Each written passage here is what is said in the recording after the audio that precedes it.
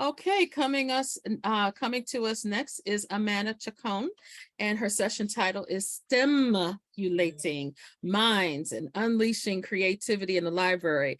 You know, I'm a big STEM person and through my makerspace, so I'm going to be really listening very carefully to this presentation.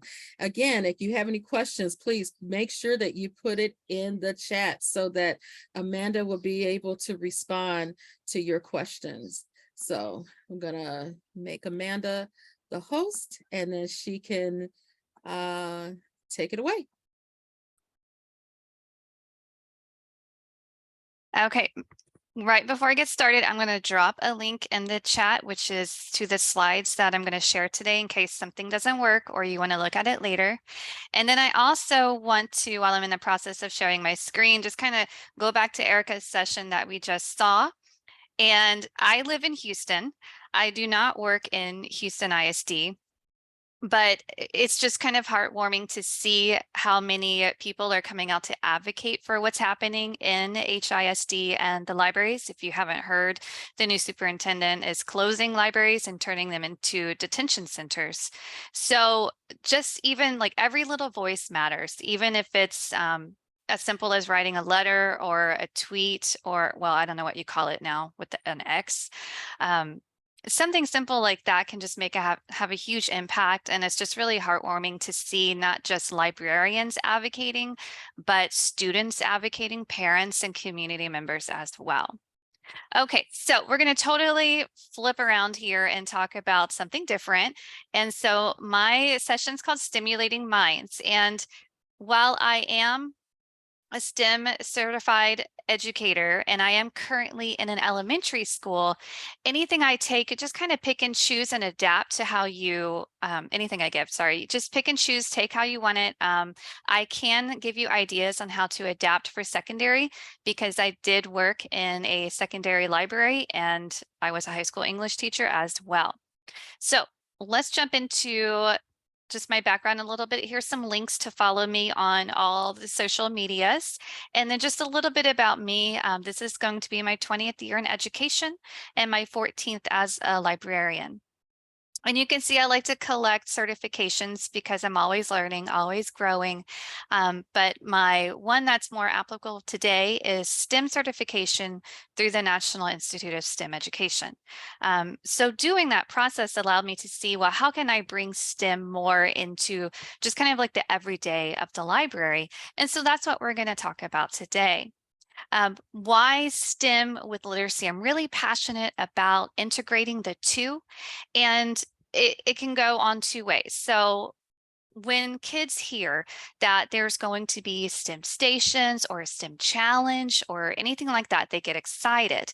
And I like to use that as a hook, as an opportunity to start bringing in the literacy piece, whether the STEM challenge is based on a book we just read or something that they are interested in. And of course, I've got tons of examples to give you.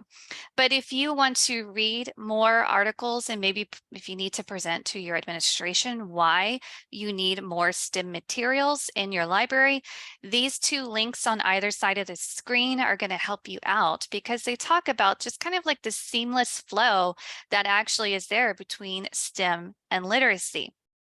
And so I have a background in English, right? It was not natural for me to do coding and robotics and things of that nature. But what I have learned is that students are enthusiastic and that enthusiasm is infectious. And so if I give them opportunities, then they can teach me, they can teach other students. And then of course, this is all happening in the most fun place in the school, which is the library. You get the kids in, once you get them in, that's half the battle right there. All right.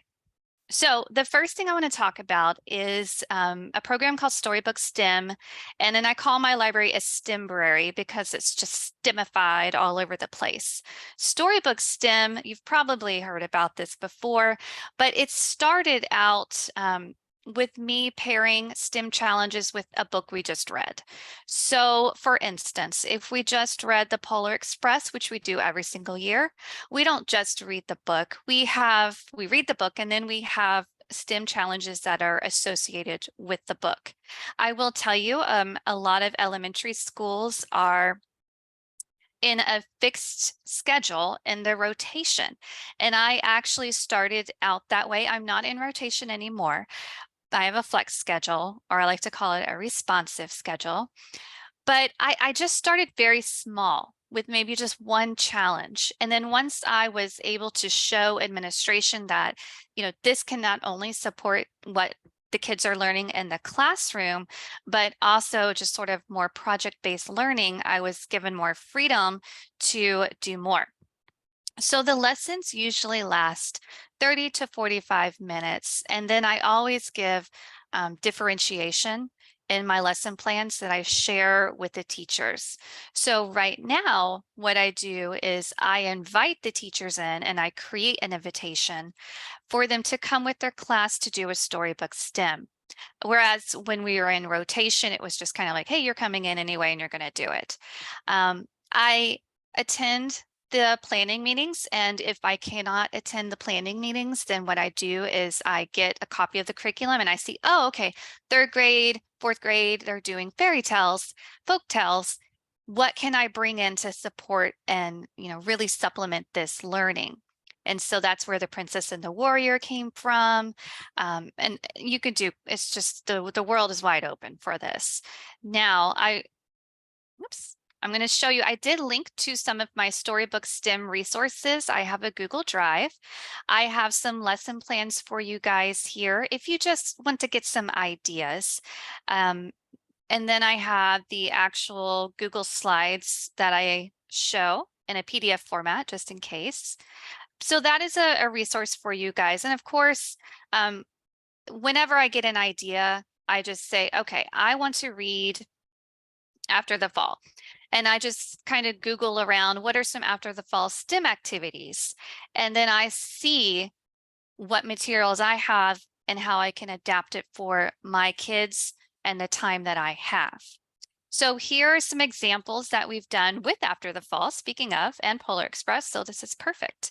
On the left side, I differentiated it for the littler ones and the higher ones. So the higher grades had to use Lego bricks, and I had this like Easter egg with a rock in it to make it more difficult. They had to like create a wall for their egg and then a way for the egg to get up and down the wall. And then the little ones learned how to make paper airplanes, and which we know in the story is a hobby of Humpty. And we decorated the airplanes with our fears because, Humpty had some anxiety. I don't want to spoil too much for you if you haven't read the story. And then we had a lot of fun throwing away our fears with those paper airplanes. And it was actually really impactful. A lot of the first graders especially went home and said, to their parents about it, and the parents were contacting me saying my kid was afraid of the dark, and then like the act of throwing it away really helped him emotionally. And then we can get into the STEM aspect of it as well, like how can we make our planes fly faster, tall, however you want to do it. I have a big library, so it was who can go the furthest, and we talked a little bit about how to bend the wings and so on and so on. I do have a Twitter post here about there it is, After the Fall. So I modified it because I got kind of tired of using the Lego bricks, and like I want to keep myself interested too. So we used magnetiles, which was really fun. You can see how excited they were that they got him up there safely. And then here is them building a way for him to get safely up and down. So hopefully you can see that here. And then just tons of collaboration. They have to work together in this project. And so people ask, do you ever have anybody who doesn't want to participate or damages things? Like I've been doing this for years and the kids absolutely love it. And they get so excited and then they want to come back again. And it's like, I've never had any issues with it. There we go. Okay, back to the slideshow. Okay, Polar Express, just real quick, I'll touch on this. We did binary coding with bracelets, and It's just so much fun because I showed them just a quick little like 1-minute video. I don't want to overwhelm them too much with binary coding because we could get really deep into it, and just show them, hey, everything in the world runs on these, zeros and ones. And let's just talk about your name. And so they coded their first initial and their second initial, put it onto a little pipe cleaner with a bell because it's the Polar Express and bells.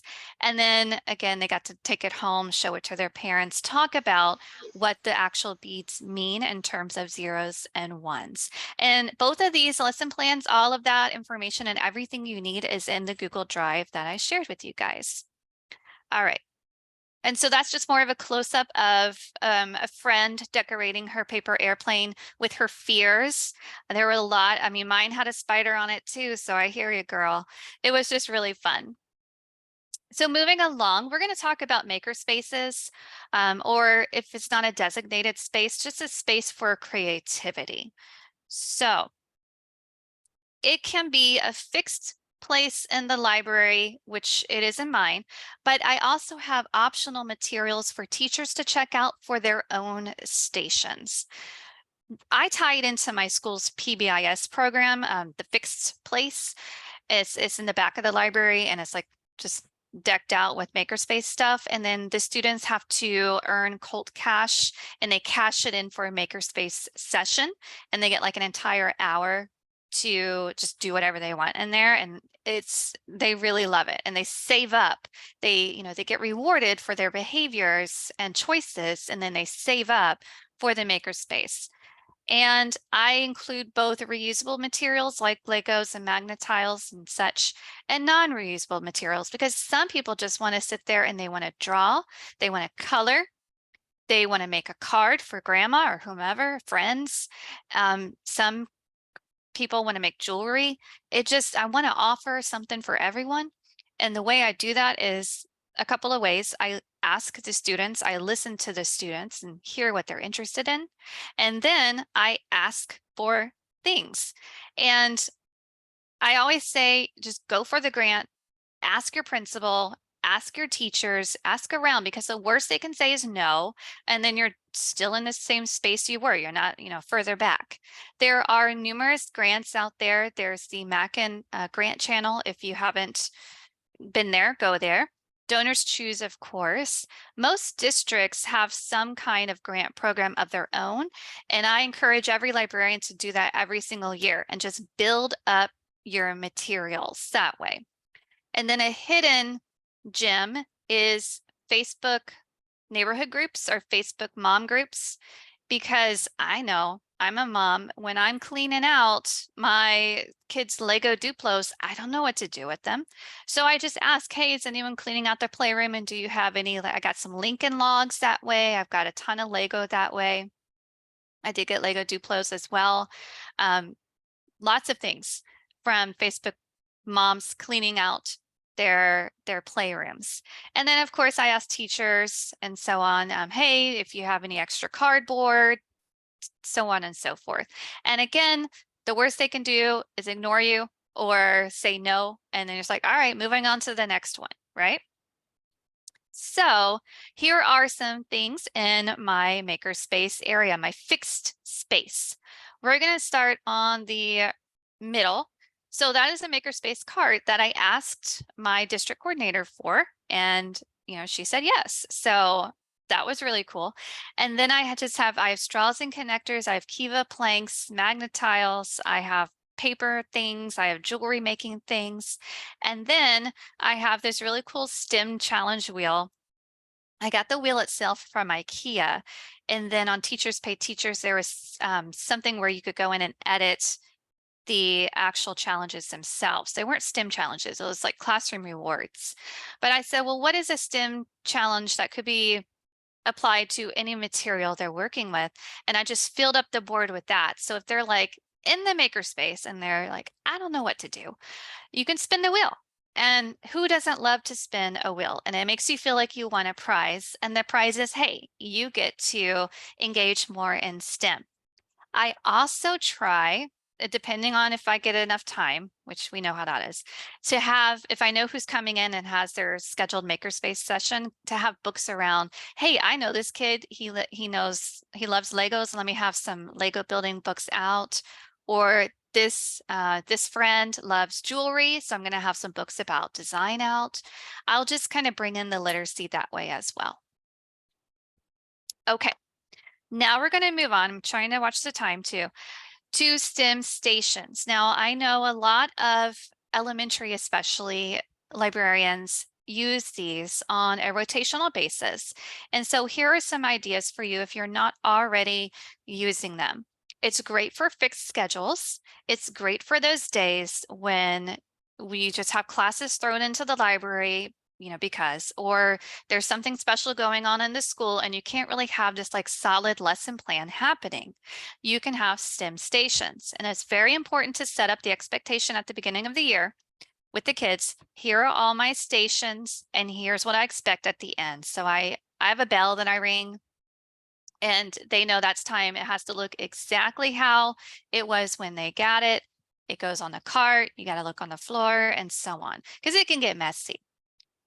So I offer a choice and each table gets one station and they have to stay with that station for the time they're with me. Because again, it's all about like handling the materials. I know some people switch around every 10 minutes, but I want them to do more of a deeper dive into whatever it may be. So some examples of stations I have are there listed for you. And then I also have STEM challenge cards hung up. Again, you can bring in books because some of them are about landforms, landmarks, holidays, shapes. You say no matter what material you're working with, build a haunted house, build a prism, build the White House, or whatever the challenge may be. And I know some kids like to just really focus on one and making, the amazing haunted house, or some like to go through as many as possible. How many challenges can I get done in 20 minutes or however long you give them? All right, I believe I got most of those cards on Teachers Pay Teachers, and then some of them were free. I just print them on cardstock, laminate, and hang them up on the whiteboard. So what I love about these is that it really encourages students to work together. There's a lot of collaboration going on because first of all, they have to agree on what they're doing, what station they're doing. And then they have to work together at the station. All right. Here's some more. On the left side is how I organize it. This is back when we had about 1,000 kids. I had 10 tables, so you know how it goes. But I wanted to make it very clear, okay, table 1 has the board game center. Table 6 is a Lego center. And then they can't like flip around, they have to stay in that for the time that they're with me that day. And then when they come in next time, they can choose a different one. Then you can just kind of see more examples of stations that I have. On the bottom, the Zen boards are super cool. Now I've had these for like 3 or 4 years and they just paint with water essentially. And then as it dries, it disappears. And they're really great for STEM challenges. And also they don't, you would think, I live in Houston, you would think they would get moldy, but they look just brand new. So highly recommend those. All right. And then again, there's a closer look at the STEM challenge wheel. And then I also created a Lego Poetry Center, which teachers can check out and bring to their classrooms. So again, I can tie in whatever I'm doing. It's so flexible that if they are learning about natural disasters in science, I can say, okay, you've got your STEM station. Now, we have a tornado coming. What can we build to kind of protect ourselves from the tornado? Let's focus on that. Or a hurricane, because I'm in Houston, it's more likely to be a hurricane. Or however, we're learning about fairy tales. Recreate a fairy tale that you heard about in your class through whatever materials you may have, and so on. So hopefully you're getting some ideas here. So the next 2 things I'm going to show you are passive programming projects, which I really on the passive programming thing now, the train, because it's like a lot of work up front, but then, the kids come in and they just like, they love it. So the first one was a collaborative Lego building project. So when the kids came in, they didn't have to, they could choose to add on to, for instance, this is a town that we did. And then I had another one that was, I think, underwater theme. They only had, I think, 2 or 3 minutes to build, and then that's it. And so it encourages that. This especially would be great, I think, for the older grades too, because it encourages them to come in. Okay, you're in the library, you're building a town, you're building a house, you're building a tree. Here are some books that maybe you would be interested in, or just have something set out for them as well. Again, if you set it out, they're going to look at it. Another thing that I saw this on Twitter, her name's Jennifer. I cannot remember her last name for the life of me, but she started this idea, and I love this because it allows students to vote, exercise their right to vote, and also student choice. So I set out, I think about things, I have some prompts, I have just a running list of prompts. I purchased everything on Amazon, the little tokens and things like that. And then I set out books that go with the theme. So if they're like, I don't know, Mars or the moon, for instance, look at the book. That will help you decide if you would rather live on the moon or Mars. And then on our announcements is when I have the result.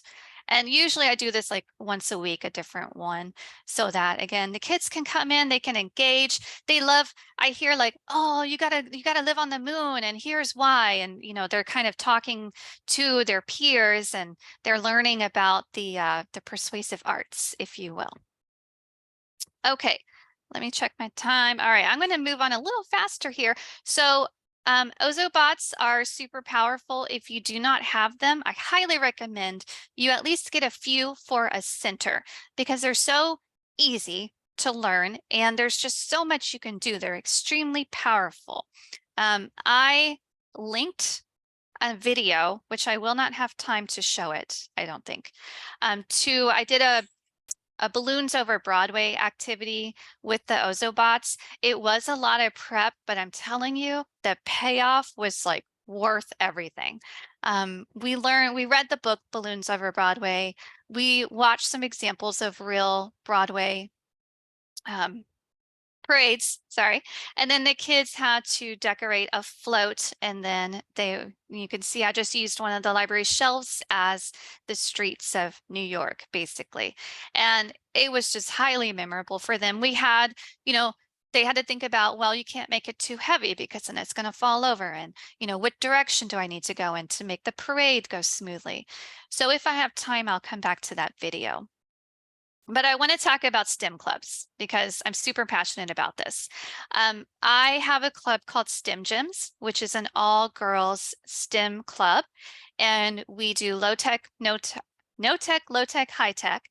And I just want to show you the website really fast in case you're interested in starting something like this.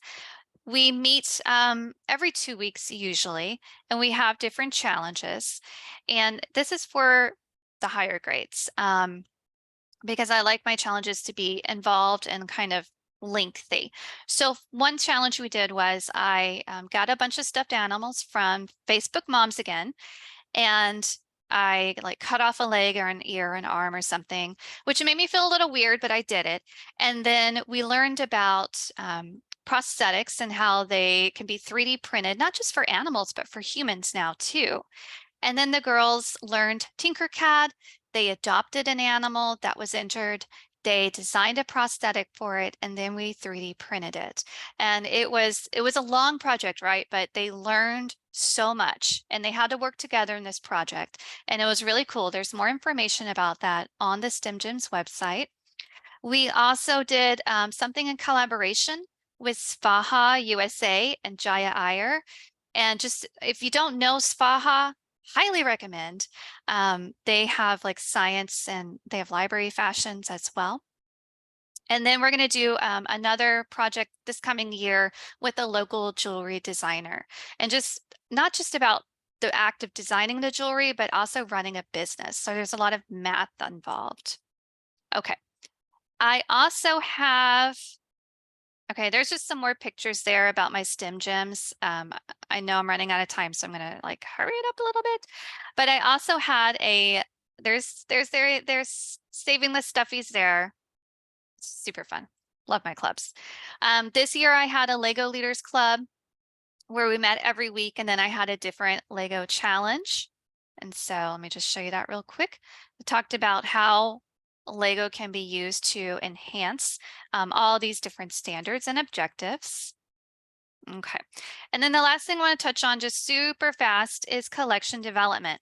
I do have a special STEM area in the library, but of course any book can be STEM, right? So I rotate them out, but having a special section makes it special. The kids want to come in and they're like, oh, I want a STEM book, and I can point them there to begin with. And also the teachers as well. What I did was I just created a label that had a little STEM gear on it so that they can pick out the STEM books very quickly. All right. Oops. And then to introduce it to the teachers, I set up a station in the conference room area. It says sip and see, but the books are my babies this time. And so they were able to just kind of get some drinks and check out the books right then and there. All right. So if you need any ideas, or you have an idea and you need some assistance with those ideas, please get in touch with me. I absolutely love collaborating with people. I love sharing. If you look on my Twitter, I just want to call it Twitter. If you look on my Twitter, I'm just constantly posting about what we do in the library, and I'm getting better at Instagram, getting more posting all the time on Instagram and TikTok as well too. So let me see if I can answer a question real fast. Okay, so an elementary librarian is asking, she's on a fixed schedule. How did I balance doing checkout, storytime, makerspace? So here's what we did. When we first came in, we all did storytime in the beginning. We had about 50 minutes. Storytime, about 10 minutes. Everyone goes to their assigned tables. We start picking out stations. They get their stations. They start working on their stations. As they're working, I call one table up at a time to check out. I also had a program where student ambassadors were responsible for checking in and out the books so that I could just monitor the stations. So I hope that answered. All right, let me stop.